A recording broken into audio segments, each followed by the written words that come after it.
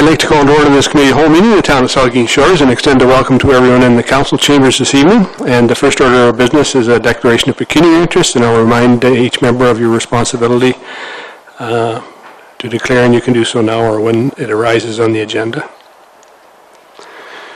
Then the next item is deputations, and this evening we have Joyce Johnson. She's here with our Municipal Heritage Committee. I know she's got another member with her. Welcome, Joyce. And there's just a little button, I'm sure there's just a little button on the side you need to push, right on the mic pad itself. There, that's good, thanks. I'm on. Thank you. Mayor Smith, members of council, staff, thank you for allowing us to make this presentation tonight.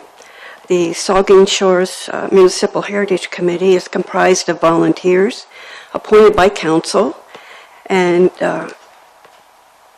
we have been addressing heritage issues since amalgamation. Committee members appointed for 2014 were myself, Joyce Johnston, Audrey Underwood, who was unable to attend, and Mike Myatt, my assistant tonight. He's my techie person and the type of person I need to help me out. And our council representative and chair, Diane Huber. And we do appreciate our staff rep, Tracy Edwards, who does a lot to help us. We always have openings for volunteers to assist with research at the museum and other projects which are very time-consuming. At the current time, we have 4 that are helping us: John Blumenson, Mary Lou Evans, Jenny Amy, and Duncan McCallum. And they assist us with so many things, identifying types of houses as well as doing research. The committee has met approximately 5 times in 2014 and addressed various heritage matters. I would just like to bring up to date on some of our current projects. I know you're probably familiar with them, but just a little refresher. We have our property plaque program. We do research on homes that are over 50 years old. Once we do the research, we try to determine what year the home was built in, who the owner or builder was, and their occupation at the time the house was built, or the business or whatever was built. We have found quite a bit of interest in this program. Properties are researched upon receiving requests from people in the community. And we also have our driving tour project. I'm certain you have seen these around. These are our tours. We have a tour of a walking tour for Port Elgin, actually 2, and 3 for Southampton, and a driving tour for Saugeen Township. We also include maps to help people find the places that are included on the tours. We find that the tourists as well as our local people enjoy going through these and actually taking the tour. We do assist with interpretive plaques. We work in conjunction with many partners. We assist with interpretive plaques at various locations in Saugeen Shores. They commemorate history. The committee will help research the information on the plaque as well as we review the information prior to sending the plaques to print. And we continue to be interested in the Pioneer Cemetery. We look forward to working with staff to explore options to provide better and more permanent protection for the stones in the Pioneer Cemetery. And the staff of Saugeen Shores have been very helpful in providing some potential solutions as well as costing estimates. We've had many volunteers that have indicated a willingness to work on this project, and we plan to identify this project as an important budgetary priority. We also continue working on our historical property registry. Each municipality across Ontario is required by Section 27 of the Ontario Heritage Act to keep a publicly accessible registry of both the town's formerly designated heritage properties and properties deemed culturally, historically, or architecturally interesting by the community's Municipal Heritage Committee. We have currently 12 formally designated heritage properties in Saugeen Shores and 1 which is still in process. Formal designation by bylaw provides the property with protection against demolition. Properties that appear on the Heritage Registry, which have not undergone formal designation, are provided with interim protection. The owners of these heritage properties are required to give the town 60 days notice of their intention to demolish. This allows time for our committee as well as for council to decide whether the designation process, which provides properties with permanent protection, should be undertaken. The first phase of the registry contains approximately 100 buildings and sites and was passed by bylaw in 2013. The committee is currently working on phase 2 of the registry. The registry is an ongoing process as there are many heritage properties in Saugeen Shores. Additional properties will be added in future phases as information is received. The Municipal Heritage Committee plans on having open communication with each and every property owner early in our process.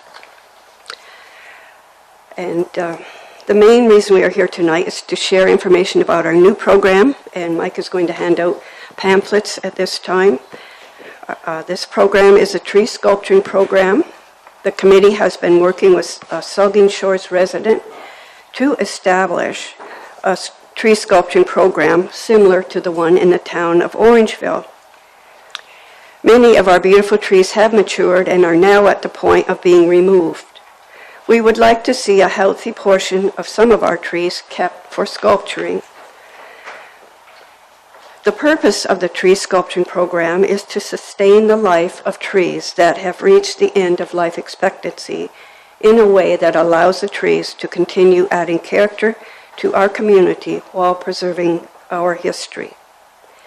There are many benefits that sculptured trees bring to the town of Saugeen Shores, including sustains the life of the tree, that trees that have reached the end of life expectancy. Sculptured trees add character to our community. Sculptured trees promote art as well as culture. They promote a sense of community by telling the story about our past and preserve our heritage. Over time, these sculptures will create a tourist attraction with map tours for transients and tour operators. And they also provide opportunities for families within Saugeen Shores to create special pieces of artwork to our natural environment and local heritage. The committee is currently proposing the sculptures have a heritage or an animal or nautical theme, but we are open to suggestions. Our committee is seeking council's approval in principle for the tree sculpturing program. Our committee is in the process of drafting a tree sculpturing policy, which will be presented to council for your consideration at a future council meeting. And Mike has been showing various sculptures from Orangeville as I've been speaking. Let's take them back here if that's okay, and then let's run through them again here, Joyce. So mention, just talk about them a little bit here. These are from Orangeville, and they have a very active sculpturing program, and they have a well-developed policy, which we are still working on. And the Municipal Heritage Committee would like to thank council and staff for their ongoing support. If there are any questions, I'm glad to answer them. Thanks very much, Joyce. Questions? Please, Deputy Mayor Gallagher. Just a comment, Joyce. You guys have done a ton of work, and I appreciate that, but a quick question about the Pioneer Cemetery. We've had a number of reports and a number of suggestions as to how to deal with the migrating headstones and other things into the river. And where are we at on that? Are we getting close to where a recommendation from you guys is going to come to council, or is that going to be you guys and staff, or how are we going to do that? We definitely will have to work with staff. I know we do look at the reports you get, and actually, I guess I was looking at it in reverse and thinking we would get direction from council. So I think we will have to discuss it as a committee and see which direction. That's good, Joyce. I know that we've beat this up for 5 or 6 years. It's not new. No, it's a And big project. the hill being sand and sand being sand, it's not getting any better. No. So I was down there the other day, and the potential to lose more is Very- certainly there. So, thanks, Joyce. If I could just, can I just add to, I think the point of including a comment about the Pioneer Cemetery is just to keep it topical. Stuart Doyle has done a great job at keeping it topical too. And we have a responsibility to cemeteries, and that cemetery just is worthy of attention. And so we just talk about it every now and again at the Heritage Committee, but Stuart Doyle has been very instrumental in furthering the engineering that would be required, and that's what that's all about. Thank you. Councillor Shilroth. Thank you, Joyce and Mike. When you're coming back with a proposal for council to consider, I guess some of the things that I would look for is, we do have a lot of trees on private property along municipal roads. I may even have a tree myself on the front lawn that's getting to the near end of life, and it might make a great sculpture, which leads me to the next point, funding for this project. Could it be something like our park bench program, where perhaps you might want to buy a sculpture and something like that? Or when you get the details, just consider private and public partnerships, I guess is the point. This is what we are looking at, and we are in that process, so I can't say we will go one way or the other. We're definitely looking at the total process. Yeah. Thank you. Thank you. Deputy Mayor, then we'll get Councillor Seaman. Thank you, Mr. Mayor. Yeah, I just wanted to continue with the sort of the line of questioning that Councillor Shilroth had with regard to the tree sculpting program, which I think is a great program and going to be really cool. And we already have a couple of small tree sculpting items around town. It'd be great to see more of them, so I think that's really good. But I guess what I want to understand better is what problem the policy is trying to solve, or what the issue is. Is it a question of trying to get funding to help people do tree sculptures, or are we currently, is the town currently prohibiting tree sculptures in some way on public land or private land? Or could you clarify for me a bit what the policy is trying to change, or what it's trying to accomplish? We have had no problems. Staff have been very cooperative.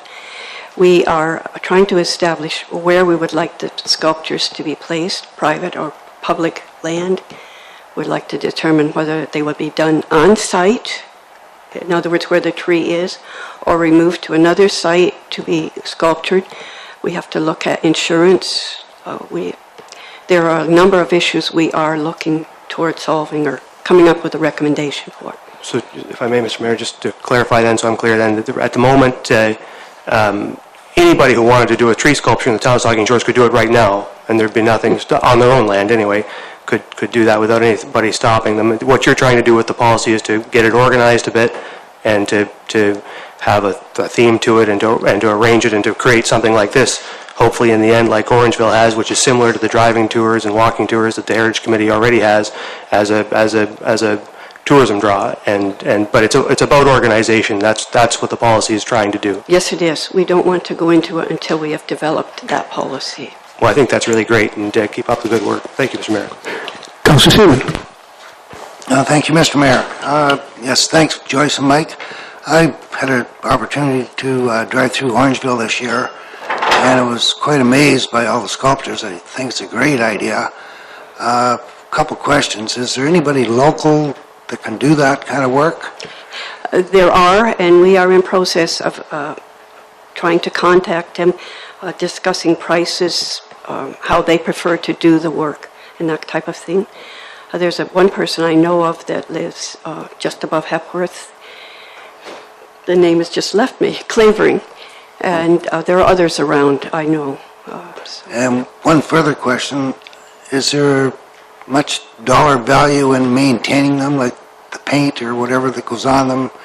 Is there a yearly cost to maintain them? Do you know anything about that? I believe there would be, because paint does deteriorate. Yeah. So there would have to be maintenance once they are sculpted. Yeah, thank you. No further questions? Well, thank you very much, Joyce and Mike, and for the report, and I look forward to it. I think that's a great idea. These sculptures, when you do see them, they're quite interesting and often quite attractive. So I think Councillor Huber's got another question here. Well, there was a question before those, so Go ahead. following through Approving a principle. You like approving a idea of principle the tonight. sculpture program, so that we can then move forward and Writing the policy.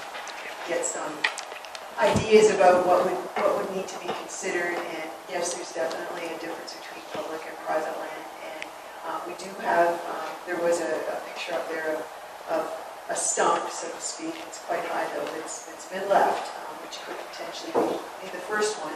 And we just want to follow through and not have it languish. And quite frankly, we're working towards the potential maybe to have something happen, perhaps on Pumpkin Fest weekend. So anyway, so I just don't want that to be lost. There was a question. Sure. I think what you're getting at is you're looking for council's approval in principle about proceeding, and I suspect that's what you're here for this evening. That's right. And I suspect, I'll ask the question, is there anyone opposed to this idea? Or really, they're just going to go ahead and approve in principle, come up with a program and a policy? Has anybody got a comment on that? Go ahead. But I think what I would say is that I'd encourage you, at least speaking for myself, I'd encourage you to go ahead and develop a policy and let us see it. I mean, council may have some questions or comments at that point when the policy comes forward, but I by all means, I'm eager to see the policy that you present, and I think council would very much like to consider a policy from the committee on this subject. I think that's your answer. Please go ahead, proceed, and thank you for the work you're doing, Joyce and Mike, and the whole committee. Thanks.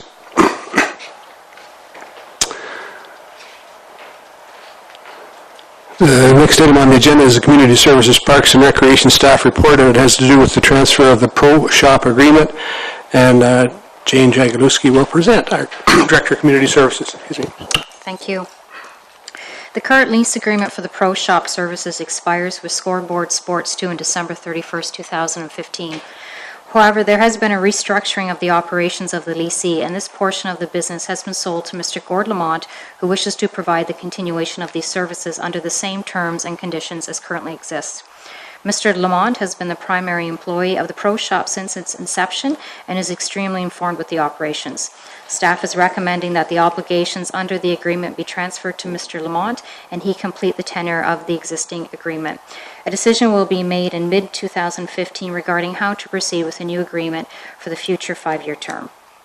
And it's a revenue generating of $1,471.35. Thank you, Jane. And the recommendation is that Council approves the transfer of the Pro Shop lease agreement from Scoreboard Sports to Gord's Pro Shop and Imprints for the remainder of the existing term. Questions? Comments? All in favor of the recommendation? That's carried.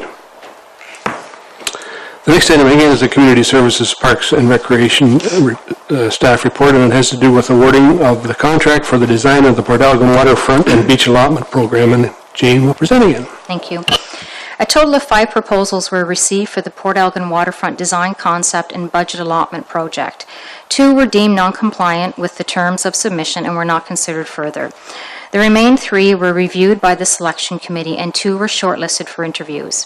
Several key factors were used to determine which firms would be shortlisted, such as experience, personnel, understanding of the request for proposal, technical credibility, previous relevant experience, understanding of the area in question, and the ability to complete the project on time. The selection committee met with 2 consulting firms and was pleased with the presentation and the ability to complete the project by EDA Collaborative Incorporated. And we've taken into consideration the following comments too that's listed in the report. The cost quoted by 3 compliant proponents to complete the project ranged between a low of $25,601 and a high of $30,000. The committee is confident that EDA consultation will provide us with a thorough product and a complete capital budget estimate while working closely with not only staff but involving the community through the process.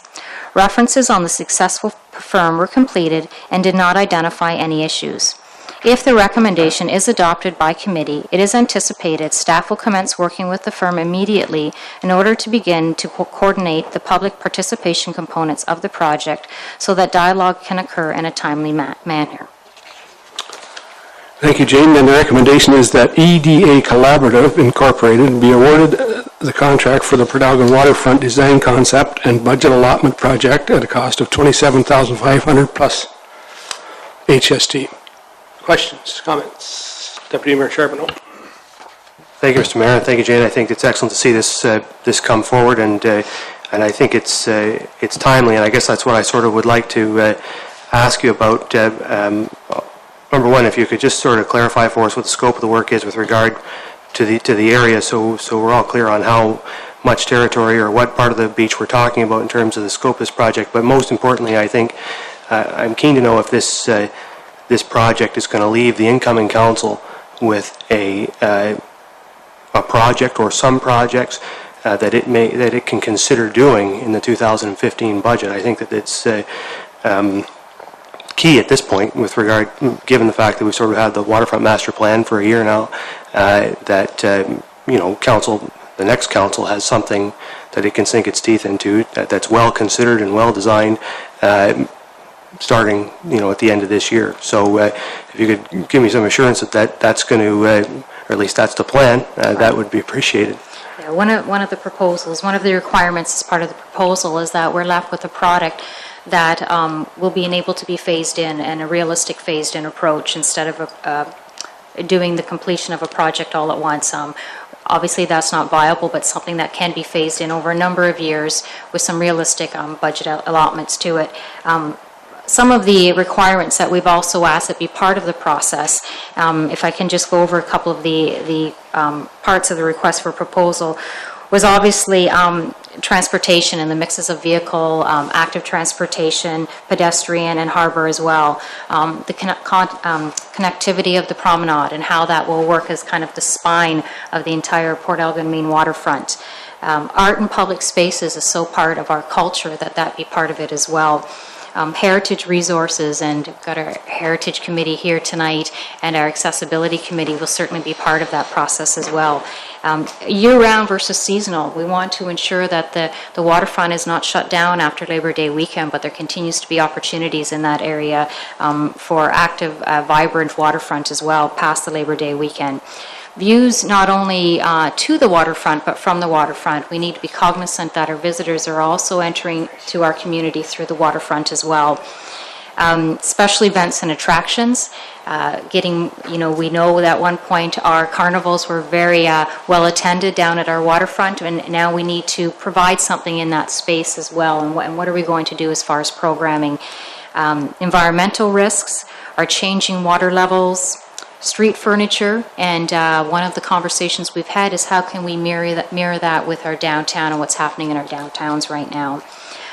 Servicing our infrastructure, parking capacity, lighting, environmental limitations, and drainage, and all of that's going to be considered as we start into these conversations with the consultant.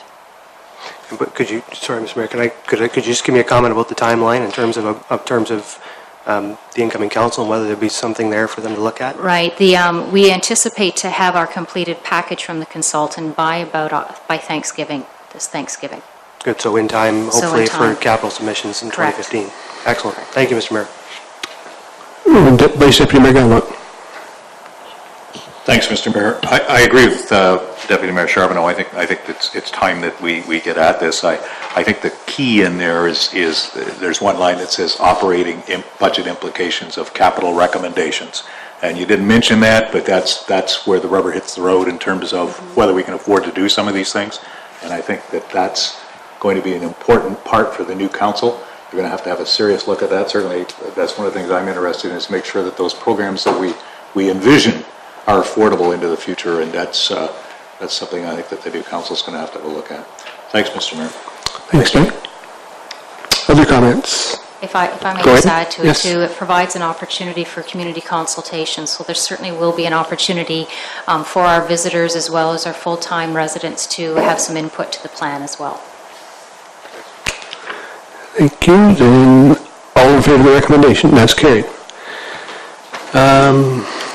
The next item on the agenda is communications, petitions for committee of the whole information. There's 3 items there. One particular that I think is it's the 50th anniversary, or birthday, I guess, is a better word, for the Port Elgin Airport. And there's a celebration there on August the 24th from 11 a.m. to 2:30 p.m. So anyone interested in seeing one of the best grass strips in all of Canada, by all means go down to the airport that day. And I'm sure there's some of the pilots will be there, and you get to learn about the history of the airport. And if you want to go ahead, Dick. Thanks, Mr. Mayor. I was down there this afternoon, and the new deck and the accessible access and everything is just first rate. They're still working on some interior renovations, and they're doing a bunch of cement work, redoing the tie downs for the planes, doing a bunch of other work out there, and it's going to be really, really good when they're done. And on the weekend, just as an aside, all the tie downs were used. They had to dig out some old ones and get some of those dog screw things to hold the planes down. So it's busy. Thanks, Mr. Mayor. Good. So again, remember, it's Sunday, August 24th, 11 to 2:30. A couple other minutes for downtown revitalization and source water protection, and 2 information reports. And again, both of them, Jane, they're there. I don't know if you want to speak to them, Jane, shortly. The first one was the request for funding. That one's there if anybody's got any questions about it. Go ahead. I just want to make a comment. When I suggested at our last meeting that we consider supporting these athletes, it was my interest to see that the town of Saugeen Shores was providing them some support, and it's quite clear that we have been. And I think it's a good thing that generated this report, because it's important to know, and I was not entirely clear, that our staff had been providing in-kind support for these athletes, not only these, but other ones, who have been going out and representing this community across Canada and around the world, and that's tremendous. I think more people should know that and should be aware of it, because it's a great thing, and I just really want to commend you, Jane, and your staff for having taken the initiative and having done that all along, because I think that it's tremendously important. And so I'm very happy to see that we have been supporting these athletes, and that was what I was looking for. So that's great. Thank you, Mr. Mayor.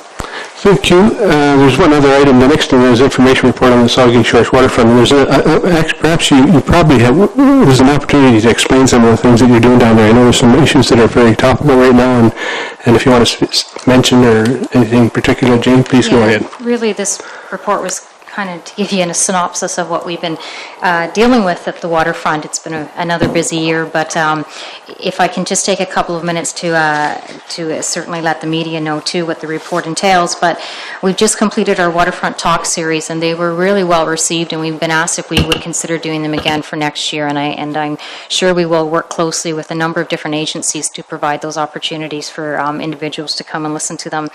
The piping plovers, as you know, they have now have moved off the Port Elgin main beach. They may come back and visit every once in a while, but it's no longer their residence, let's put it that way. M&R has, we've worked very closely with them, and the municipalities certainly received a considerable amount of favorable response in regards to how we've accommodated them. And M&R, I'm sure you will see them at the podium in the very near future talking about that process. The grading of the beach, we continue to obviously, we were behind somewhat in the regular maintenance of grading of the beach, as you know, because of the piping plovers. We've had a number of complaints in regards to sandcastles that have been erected at the beach. A couple of things we're going to do is obviously educate people and families through our media in beach etiquette, and there was a really good resource that came forward from Lake Huron Coastal Conservation about beach etiquette, but we recognize that some individuals with some limitations may find that those potholes, I'll say, at the beach are a bit of a hazard, so we've been trying to maintain that through our grooming of the volleyball courts at the same time.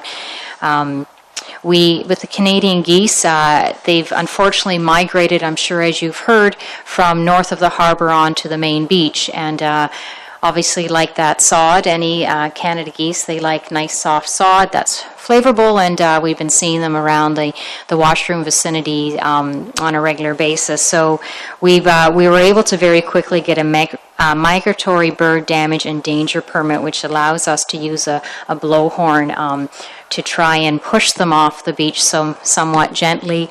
We certainly have seen a change within the last 24 hours that they haven't been on the main beach as often. Might be a couple of contributing factors to that, but we'll certainly continue to come up with a program that maybe we can jump on that a little bit earlier for next year and push them to another area that they may like to bring up their offspring.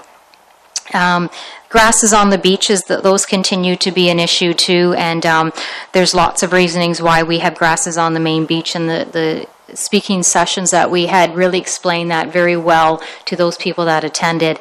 And although we certainly are aware that people would certainly like to see a white fluffy sand beach that some of them may have experienced 25, 30 years ago, the reality is our beaches are changing, and our beaches are changing all the time, and with low water levels gives us more areas for grasses to grow. The more we drag our beaches, the more we provide dry sand that becomes airborne.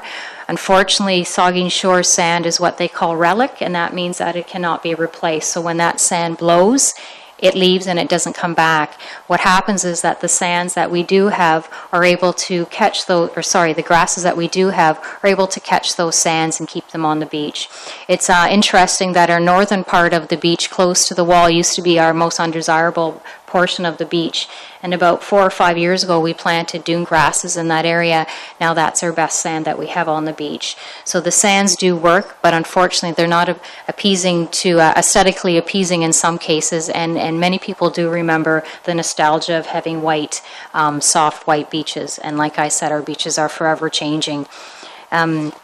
Signage is certainly something that we've been looking at as well, and we've changed some of our signage in Southampton and certainly had a considerable amount of feedback from a couple of individuals regarding wanting to place back the no bikes on the sidewalks in Southampton. So it's something that we've certainly listened to, and we'll be replacing that sign that indicates that people can walk their bikes on the sidewalk, but they can't ride them on the sidewalk. So lots happening at our main beaches for sure, but this was certainly, I wanted to take the opportunity just to bring everyone up to date with what's been going on. Thank you very much, Jane. Councillor Huber. Thank you, Mr. Mayor. The signage issue is worthy of a lot more conversation than Jane has in her report. Conversation on our level. I think it was wrong the way that this was unfolded. Signs were just removed that had been there for a long time, and it's been very confusing, and it's been very difficult down at the beach. And I, I've had myself been the recipient of swearing, and others too. And so I don't understand why, where the priority to deal with this came from. The waterfront master plan has lots of ideas about signage in it. I think that whole situation is worthy of a great deal of discussion, and that there should have been a rollout of appropriate signage, period, because there's a lot of other issues at the beach that require signage. And, I get the whole walking your bike on the sidewalk thing, but what we did was we took down signs that we've basically suggested your bike's okay at the beach. And it's been difficult for people. And, it's an education process, so I would like to know what we're going to replace those signs with and when that will happen. The comment about the dogs too, a dog on a leash under care and control is a good thing. And so I completely get that we're okay with dogs on the sidewalk. I don't understand, though, this encouragement because, there's something with the bylaw has been reviewed. The bylaw says about dogs on an area that's known as the public beach. That sidewalk is on the beach. And so, there's still some question about that. So I'm just not entirely sure, where this need came from to change these signs right now. But in particular, we need to start putting signs up on sidewalks saying it's okay to walk your bike on the sidewalk, don't be riding it. Because in the absence of signs saying that, we're basically saying it's okay to have your bike on the sidewalk, whether you're walking it or you're riding it. And I did look through bylaws this afternoon. I'm not going to quote about how we define what a sidewalk is and what's allowed in the traffic bylaw and the parking bylaw and animal control. But I would welcome the chance for us at a future meeting to have a much more involved conversation about signage at the beach, in the waterfront master plan, we talked about stuff being stored at the beach that shouldn't be there, boats on the beach, people leaving their furniture. There's a lot of that going on at the south end of Port Elgin this year that, we talked about how we were hopefully going to just start to put little notices, not tickets or not removals, just, it's not cool to leave this on the beach. And we talked about other kinds of signs too. And the only signs that are down there now in Southampton anywhere, it says no dogs on the beach from May the 1st to September the 30th. Well, the definition of beach is debatable. And so there's still an issue with people down there telling other people you can't have your dog there. And I don't think we've solved any problem here. And the bike issue is big. And so I thank Jane for the report. I'm really surprised that the signs had to be removed in the middle of the tourist season without explanation to the community about why they were being removed. Thank you, Mr. Mayor, for the time to say that. And I look forward to us creating a sign that basically says, it's okay for you to walk your bike on the sidewalk, because that's fine. Just don't ride it. And thank you. Thank you. Any other questions, comments? That's the end of our agenda. We'll start good of council with Councillor Huber. Well, I just want to say that we've had some good people out to Chantry Island, so it was great that a number of town people, including Kate, the new treasurer, made it out there. I also want to say that, I think it's hopefully going to happen that 3 more Bruce County lighthouses might get divested this year. I don't think Chantry Island's going to be one of them, but certainly I think that the Cabot Head Lighthouse and the Big Tub Lighthouse and maybe even Knife Island have a chance. So if you have any contact with any of the volunteers involved with those groups, be supportive, because I think they're hopefully going to get lucky this year. Thank you, Mr. Mayor. Councillor Shieldhouse. Thank you, Mr. Mayor. I'm happy to report that our first annual Rib Fest that was held at North Shore Park, which is supporting the hospital expansion project, was sold out. We served approximately 350 or so people. We actually had to turn people away because that's all we had cooked. So I can assure the community that that second annual Rib Fest will be bigger. I'm not sure it can get much better because there was a lot of good feedback. And once again, thank you to those folks that came in support of that first event, specifically for supporting the hospital expansion. Thank you, Mr. Mayor. Thanks, Fred. Vice Deputy Mayor Gallant. No report tonight, Mr. Mayor, thank you. Councillor Brown. Thank you, Mr. Mayor. Ditto. Councillor Seaman. I'm good too, Mr. Mayor, thank you. Councillor Legault. Thank you, Mr. Mayor. I have nothing this evening. I'm the Deputy Mayor. Thank you, Mr. Mayor. I'll take all their time.